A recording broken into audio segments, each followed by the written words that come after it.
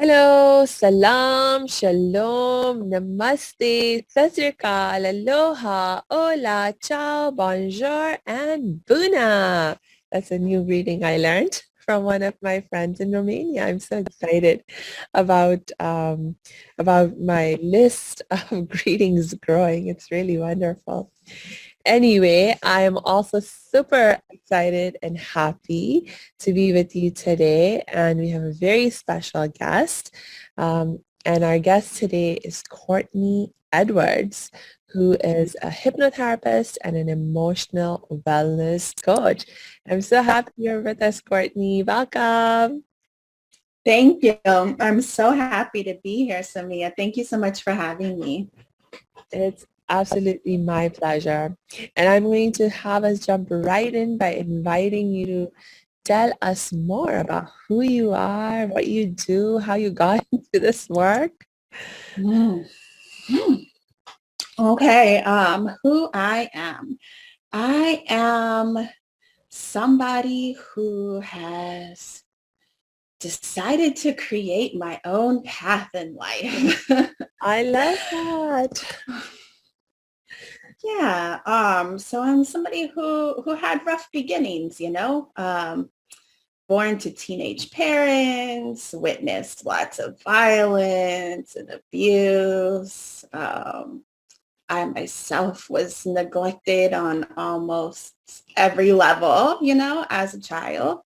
And so, but all of that is empowering, right? So all of us, and we just dig right into the deep stuff, right?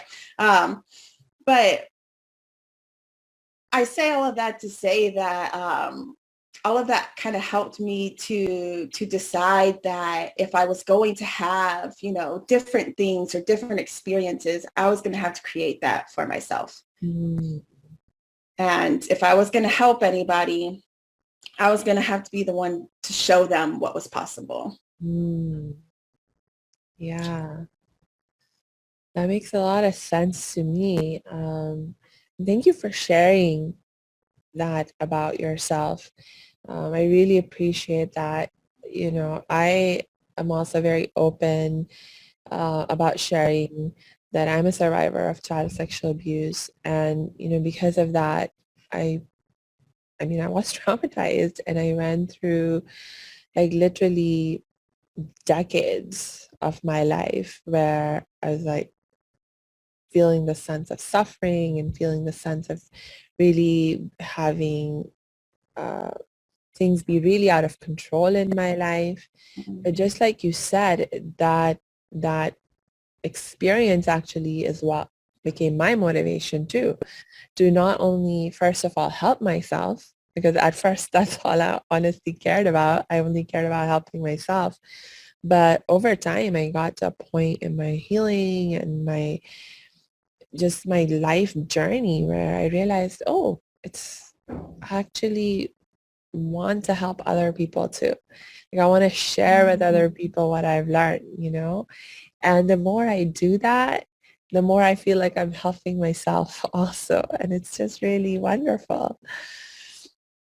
Yeah. So it's funny that you say that because I resonate like truly, but for me, it was the opposite. I saw so much suffering in my parents and the people I loved, and I just wanted to fix it for them. For some reason, I thought I could, being little. And so I just tried to be everything that I thought they needed, Mhm. to be better, to feel better. And I just kept getting so let down, so heartbroken that no matter what I did, no matter how much I gave, no matter how much I bent over backwards and tried to be everything I wasn't to help them, they weren't getting better. Yeah. And then I realized, oh, it doesn't work like that. Mm. How does I it just work? have to, yeah, it's a good question. Um, so like I was saying, I had to figure out what I wanted for Mm. myself and what that would take, um, and be that for myself. And then I realized, oh, this is how I help them. This is how because it's almost like changing the reflection, right? Yeah. So if they could see that change was possible, you know, then at least they would know. Because I can only walk my own path, right? But then at least they would know that change is possible for them because we're coming from the same background, the same circumstances, you Yeah. know? Yeah. I hear you. I hear you. And I think that's for sure one of the toughest lessons that I also had to learn, where I, to realize that I can ultimately only really help myself. And when it comes to other people, they have to choose, they have to choose their own path. They have to choose when they want to receive help. They have to choose what kind of help they want to receive. They have to choose who they want to receive help from. And, you know, just the other day, I was reflecting with my sister on this issue of, especially when it comes to like people who are really close to us, like our family and close friends. We have like so much attachment, we have like so much like an extra layer of wanting them to do really well and to be really happy and to be really peaceful. And so you then want to do in some ways even more to help them and in whatever way you can. But it's like, even if they want help, maybe they don't want my help. Yeah. And so then that sometimes feels a little like I have to work on myself because I'm like, it's okay, Samia, it's okay if they don't want my help. They have a right to choose who they're even going to get help with, because I didn't always want help from the people who were closest to me. Yeah. Yeah. There is that attachment and it's almost like, I know the way, just listen to me. But your way is your way. It's not everybody's way. Mhm. The point is that there is a way, there's a way. Do you want it? Like, um, yeah. And we want things for people that maybe that's not what they want for their self or not their priority. Mm. Everybody has their own values. And when we want things for other people, it's almost like we're putting our values on them, you know? And Yeah, that's not always a service to them. that's right. That's right. Oh. So, so when you see somebody who needs help, or from your perspective needs help, but it seems like they are sort of stuck and struggling to help themselves or struggling to get better, like what do you do? What do you recommend? Um, how does one proceed? Like if I'm someone who cares about this person, or if I'm a coach, or some other, person who feels like they have the knowledge and the wisdom to be able to help them, what do you do? How do we proceed? Good question. So through coaching, I've kind of learned that the people who So let me back up. I help people who are ready for help. Right. Yeah. So I'm not in the business of convincing people to be ready. They are when they are. And that's when I can step in professionally. But if I'm seeing somebody, let's say this is somebody I love, because I don't coach family. I don't coach friends. I keep that separate. But if I'm seeing somebody who I love, who looks like they could use help, I start out by asking them, how are you feeling? Mm, What are you feeling? That we need to get that out first yeah. before we even proceed to what is going to help them, you know? So what are you feeling? How are you feeling? What caused you to feel that way? And then how do you prefer to feel? What do you think is going to help you feel that way? And then once they can start thinking about what they want to feel, how they want to feel, what's going to get them to feel that way, then we can start introducing, okay, how can I help with Mm, that? yes. Yes. Excellent. Excellent point. Mhm.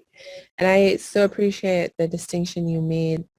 I mean, you made several distinctions. Like, for example, first of all, helping people who are ready to help. The fact that, we're not in the business of convincing people. And even if you're not professional coaches or therapists or whatever, even if you're just regular people, we shouldn't be in the business of Yeah. trying to convince people in that sort of way. Um, so for people who are ready to receive help, what is like maybe a major problem that you help people address? Mm. Um, that's a really good question. Usually it's overwhelm. I mean, it looks like different things for different people. And that's the reason why I'm struggling with that question, is because it's really two different answers. Mm. It's the problem that they're perceiving and the problem that I'm perceiving on my end of it, you know? Yes. So it's kind of multiple answers, but it's Yeah. usually um, you know what it is? They are not perceiving themselves as capable of handling the Mm. issue that they're perceiving. Yes. Yes. That is generally always, I agree with you, even in the way that I work. Just the other day, I was doing an interview where I was being interviewed and I was sharing how, positive psychology research has identified like five pillars of mental emotional wellness. And the Mm, first pillar is an empowered mindset. Like you have to have this belief in yourself and your own ability to create change and help yourself, because without that, how can you even begin to start to help yourself?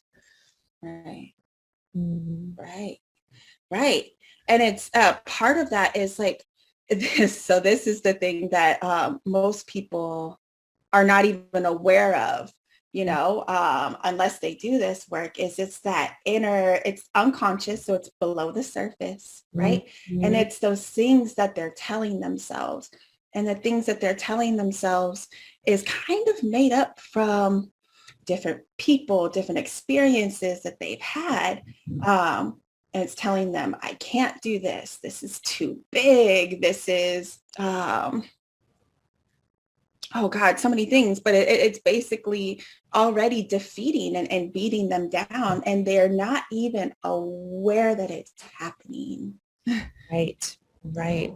And it's like you're just sort of feeling bad. You're feeling like a different kind of negative emotions. Maybe it's stress, maybe it's anger, maybe it's um, sadness or whatever, and you don't really realize that it's coming from all this kind of disempowered thinking that you're Mhm. having. Mm. Yeah. And also that it's not even really their fault, but add that there's something they can do about it. Yeah, Yeah. Ah, Okay. so when you say to realize, for someone to realize or recognize it's not really their fault, can you tell me more about that? Like where, when you say it's not your fault, where are you coming from? Mm.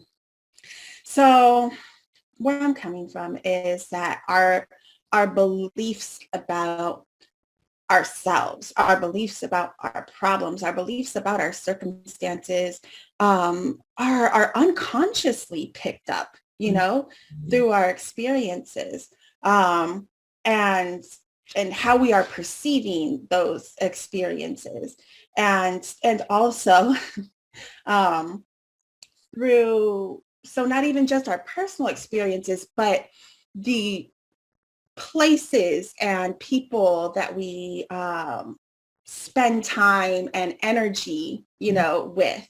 We don't realize how we have more than one subconscious. We have our individual subconscious mind, and then we are part of collective subconsciouses, Mm. subconscious C's, Yes. um, and so this is really happening without our conscious awareness for the most part, for most people, and until we decide that we want to take a look in there and see what's going on.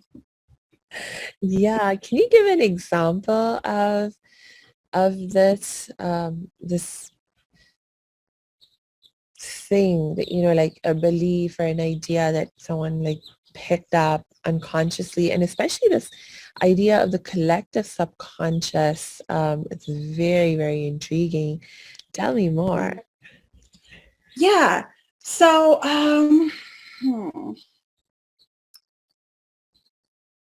I can give you, there's so many ideas, and I can go like really deep with this or really surface level with this.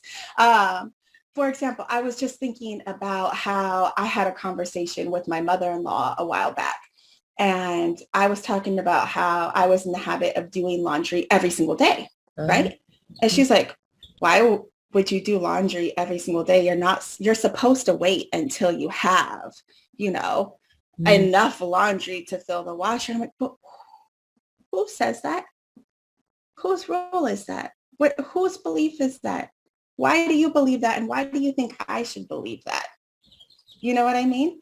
mm, And that can come from our experiences of like what we've seen other people do, their norms. And we're not looking at their behavior and thinking consciously, not usually, oh, that's how it's done. It mm, literally, it's happening because our conscious mind can only pay attention to so many things at a time, right? It's very limited. yeah. But our subconscious is paying attention to everything, right? And so we might be, paying attention to something else, but our subconscious is like, oh, well, this person is waiting until they have lots of laundry. And so that's probably the way it should be done. And then, so that's just what you start doing. Yeah. Yeah. Yeah. And then one day you get older and you have laundry piled up and piled up. And then you think, why don't I just do it? As it accumulates, why don't I just stay on top of it? What's wrong with that? You know what I mean? And that's just an example of how we absorb. Really, we're just absorbing these beliefs rather than Right. accepting them. Yes.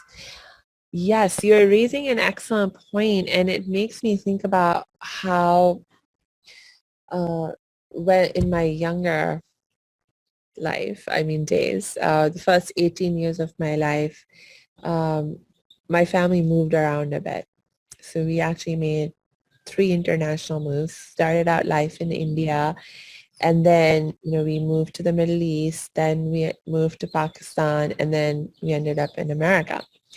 Since I've come to America, I've not moved out of the country. I've only moved around Los Angeles a few times.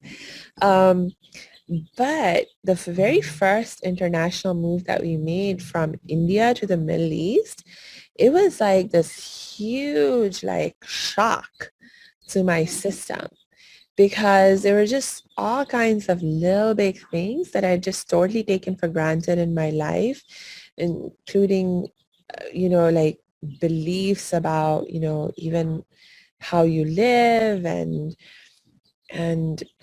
like even in the like one of the big areas I think where I really felt it was in the context of my identity as a Muslim Mm. person, because when I lived in India, we had been living in a relatively small town, and uh, like I understood Islam in one way, and I thought of Muslims in one way. Like there were all the people, like my friends, my family, were basically all Indian Muslims. We practiced Islam, and we thought about Islam in a similar way.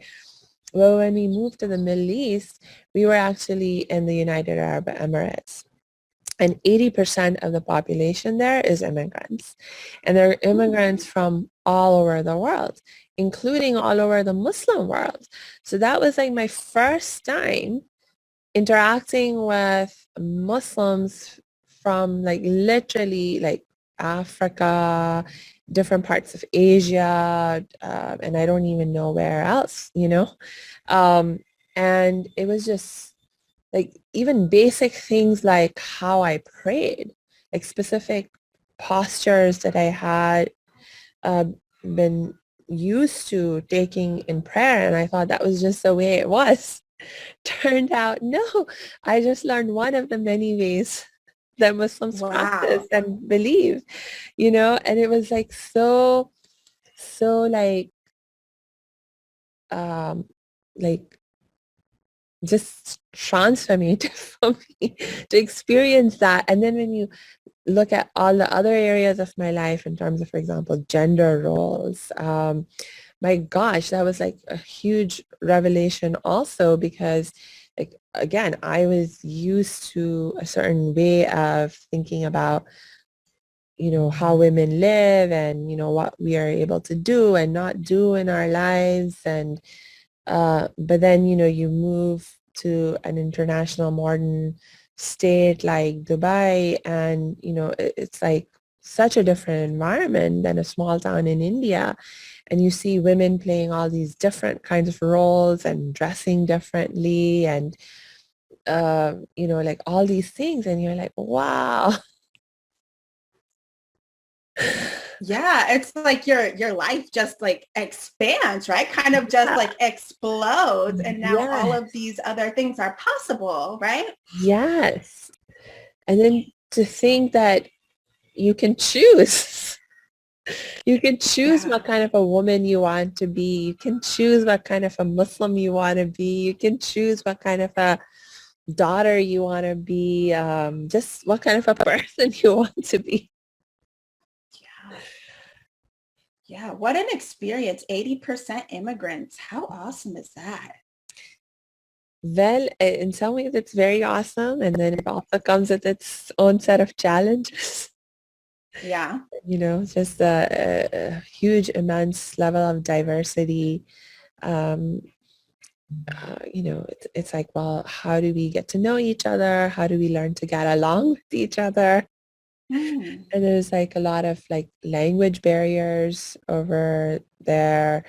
Um, at least like in my case, what happened was I only spoke my languages that I'd learned in India really well, which was Hindi and Urdu.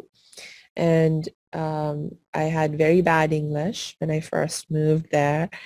And the national language was Arabic, which I basically didn't know how to speak or understand either. And so for the first several years of our living there, we were basically restricted to moving around with other South Asians from India and Pakistan who could speak our language. Well, my dad and my mom thankfully knew fluent English. So, and over time, thankfully, because I was young enough, I was able to learn English. Um, so then my scope of interactions sort of expanded beyond just the South Asian community to anyone that I could speak in English with. But even then, like I was sort of not able to learn a lot of Arabic. And so I was still like sort of cut out from that part of the community that, didn't speak English or didn't speak my other languages that I knew. So it's interesting, the challenges that you can deal with. But with every challenge, there is an opportunity, like you were saying. So, Yeah. yeah. Yeah. That's what it sounded like to me, like an opportunity to really, to explore and to be curious and to learn, Yeah. about how other people, do things. I came from, well, I would say my background is very diverse. I was raised by people who are from a different race, a different, Mhm. well, I wouldn't say culture, because culture for me is more about like race is influence, but the culture, like, because I'm from Phoenix, right? So the Ah, culture is very, very influenced by the Hispanics, and I was raised by a Mexican family.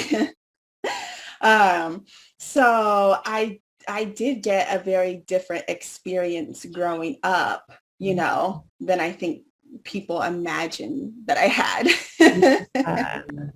Yeah. I was kind of like the one that didn't fit in. I was the pink elephant or Mhm. the little peach girl. But yeah, I appreciate those experiences, even though I felt like a complete outcast most of the time. Yeah, it can be tough when you are in that kind of a situation because on the one hand, um, you definitely belong to Mm, everywhere that you are, but then in some ways you also feel like that outsider, mm, and it can be a little challenging to get to that point where you're like, no, I am who I am, and it's cool. I don't have to be the same as everyone else. Um, yeah, you know, I don't have to be the same. And also imagine, what kind of what that might challenge somebody to think, okay, so oh, I just had it and I just lost my train of thought. But like, no, so who am I? yeah, Right? Those questions, who am I? Where do I belong? And those are really expansive questions that yeah, some people don't have those kind of opportunities, those initiating opportunities, mm, to start asking questions. Because if they always feel like they belong, then yeah, why would they question that? right. That's right. Yeah, if you're a part of the dominant culture and you're not, I mean, I'm sure there's for everyone, if you really think about it, there will always be some ways in which you can realize that, oh, in this aspect of my life, I'm not a part of the dominant culture. But generally, we don't really think about that unless it's like forced upon our Mm, consciousness. Um, right. Maybe because if the identity that you have that's not part of the dominant culture, if it's being suppressed or oppressed, or you're facing discrimination because of that aspect of your identity, then it becomes really present for you in your consciousness. But otherwise, I think human tendency may be to just sort of, because we want to stay in our comfort zones and we like being comfortable, that we just focus on those aspects of our identity that we are comfortable being, and usually that those are the parts of our identity that are part of the dominant cultural experience. Yeah, well, expansion and comfort don't usually go together. Yes. How do you help people expand beyond their comfort zone? I'm like an expert in that. Well, personally, right? Somebody once told me that I don't know if you're familiar with tarot at all. I'm not very. But somebody once told me that I am the tower card personified. Okay. And the tower card is destruction, right? But it's destruction for the purpose of creating something new. So it's destroying the old, like intentionally, to create space, like to like a fire, right? So you're burning something, but then that ash becomes very fertile, like the soil, right? It fertilizes the soil. So how do I help other people do that though? Well, I think that I hold this space for them in where they kind of feel like I'm being their strength, but I'm not. They are their own strength. But I create a space that feels safe enough that if they crumble, they're going to have somebody there to put it back together. So that's what I do for them. Well, part of it, but I mean, but think about it. If somebody needs to fall apart so that they can be put back together, what's going to encourage them to do that other than unbearable pain, you know? Because people usually don't allow themselves to be uncomfortable unless the discomfort of change is less than the discomfort of staying the same, you know? Yeah, I hear you. And I mean, one thing that I'm learning is that it doesn't have to be that way, but so often it is. So, okay, it doesn't have to be that way. What could it be like? So this is coming from a place of like a deeper spiritual perspective. And this is a lesson I've been actually learning more recently myself, honestly. This idea that that God doesn't, like one of my teachers, this is how my teacher said it. So I'll just say it like that. Yeah, The teacher said, God doesn't want us to suffer. right. God just wants us to surrender to God's love, to being loved, to Mm. being more loving ourselves, right? And so, you know, if once there was something about that idea that, you know, God doesn't want us to suffer. God just wants us to surrender to being loved. Loved by Yeah. God and being more loving ourselves, that just really hit my heart. And I was like, yeah. So like, why am I suffering? And if all I need to, and so, you know, the deeper another layer to this teaching was that really the solution to all suffering is you just surrender to the love, to being loved more and being more loving yourself. And that literally is the answer to everything in terms of whenever you're suffering, you know, that's how you end suffering, is just opening yourself up to being loved more. And so it's like, why wouldn't I want that? Why would I want to keep suffering, you know? And when you like just open yourself up to being loved, I mean, it's you know, I mean, it's just so wonderful. It's so beautiful. Like when you are being loved, who doesn't want to be loved? Who doesn't love being loved? You know, when you're actually experiencing being loved, I mean, that's just so awesome. So but you know, the thing that holds us back is the fear of surrender.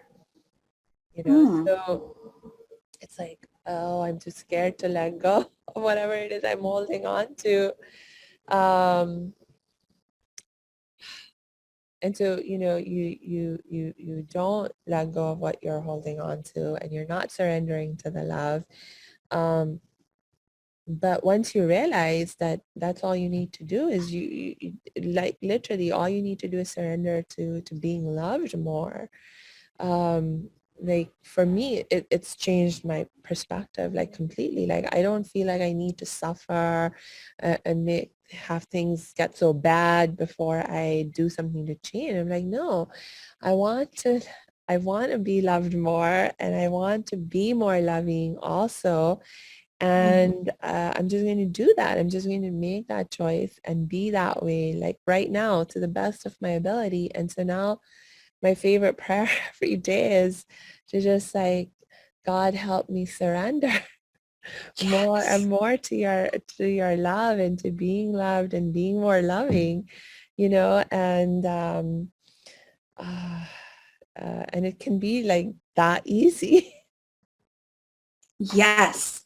So when you said that, like to surrender to love, oh my, I just felt myself like just release, because I'm like, yes, yes. And we have that available to us all the time. Every moment it is available to us. That is what your essence is that unconditional love. And when you're feeling that suffering, you're resisting. That's what the suffering is resistance to love, right? And so when we're surrendering to being loved, so I just wanted to make a clarification. I don't know that that means it feels easy. I don't know that that means it feels comfortable. What I know that it means is it feels like support. It feels like love. It feels possible. It might be uncomfortable a little bit, but it just feels like there's, like it's for a purpose. You know what I mean? Like it's not, what am I trying to say? Like, because there's this resistance where you feel like you're either pulling a 10-ton weight or you're pushing against it, Yeah. And when you drop that, it doesn't mean all of a sudden you become more comfortable, but it just feels lighter. Yes. Yeah. It feels lighter. And we carry like so many layers of burdens, and these weights. And so the more we let go, the lighter and lighter you feel, and actually the easier and easier it begins to feel. It's like you let go, and that's like just one layer of what you have let go. And then if you're still feeling stress or tension, that just means there's another layer, another Mm. little something that you're holding on to. Let go again. Still feeling a little something in there, not quite right. Something more to let go of. So you just keep going through that process of letting go more and more deeply. And it's just like sometimes, we're not ready to let go, and that's okay. And that's part of the beauty of the love, is that it never forces. It's like unconditional. It just loves you just as you are, wherever you are at. And so if there's something you really want to hold on to, that's okay. That's all right. Yeah. Yeah. You just said it never forces. And I was just tying that back into the beginning of our conversation when we were talking about wanting to help other people. And sometimes the the most help we can be is to hold that space for Yeah. them, Mm, of them accepting, of them surrendering to love, that's right. you know? That's right. That's right. So whenever you're ready. Um, yeah. Cool. Yeah. Um, oh, that reminds me of an intention I set recently. I'd like to set that intention again. Um, I want to become aware of um, all of the love that I'm not currently acknowledging. Mm. Yeah. because I think sometimes people are pouring out love to us. Mm. There's love that's got our name on it. And it's just like in the atmosphere and we just won't let it in Yes.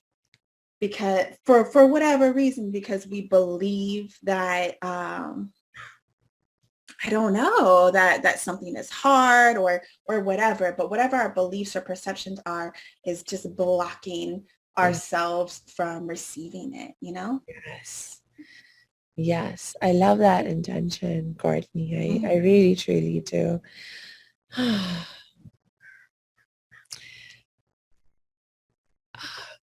You know, I'm feeling really complete right now. Is there anything else that you want to share for right now? No. Awesome. Ah, cool. Okay, so I think the last thing I'll say just to wrap up the episode is um, for everyone who's listening, I will be adding Courtney's links so you can contact her in the show notes. I'll also have my links. Please reach out for help and support whenever you're ready for it and whenever you want it. We'll be so happy to connect with you and love you and support you in whatever ways we can. So until then, wishing you just lots and lots of peace and joy.